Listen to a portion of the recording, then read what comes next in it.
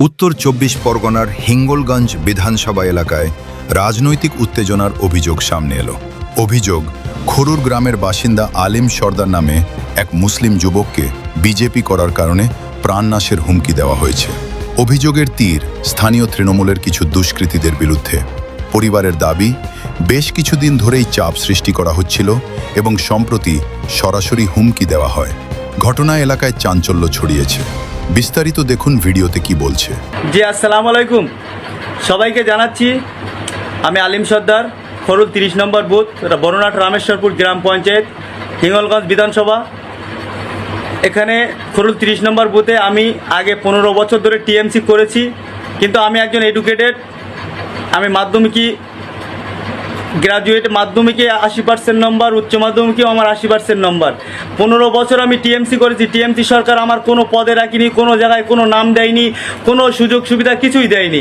কিন্তু আমি যখন আমার আল্লাহর পথে এসে 5 ওয়াক্ত নামাজ পড়ে যখন ইমানদার হয়েছি, তখন আমি মিথ্যে কথা বলতে পারবো না, চোরেদের সাথে থাকতে পারবো না বলে আমার নিজের মতে, নিজের স্বাধীনতায় আমি আজকে বিজেপিতে জয়েন করেছি। কিন্তু আমার এই খরুল গ্রামের কিছু লোক আছে যারা আমাকে মারার চক্রান্ত করছে।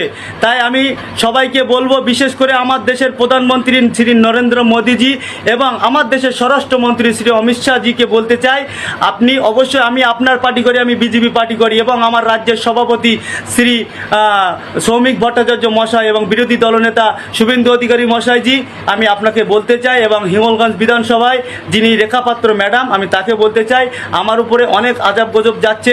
আমি না পারতি মসজিদে নামাজ পড়তে যেতি, না পারতি বাড়ির থেকে বেরোতি, না পারতি কোনো সিদ্ধি। আমার চারিদিকে আমার শত্রু লেগে আছে, আমাকে মারার চক্রান্ত করছে। আমি আজকে বিজেপির ঝান্ডা ধরেছি বলে, আমার বাড়ির সামনে বিজেপির পতাকা টাঙিয়েছি বলে, আমার বাড়ির সামনে বিজেপির ব্যানার টাঙিয়েছি বলে আজকে সবাই আমার উপর চক্রান্ত করছে। তা আমি সিওর কাছে আবেদন করতে চাই যে, মাননীয় সিও নির্বাচন কমিশন, আপনি আমার একটু দেখবেন। অবশ্যই আমি একজন বিজেপির একজন সদস্য, বিজেপির সদস্য।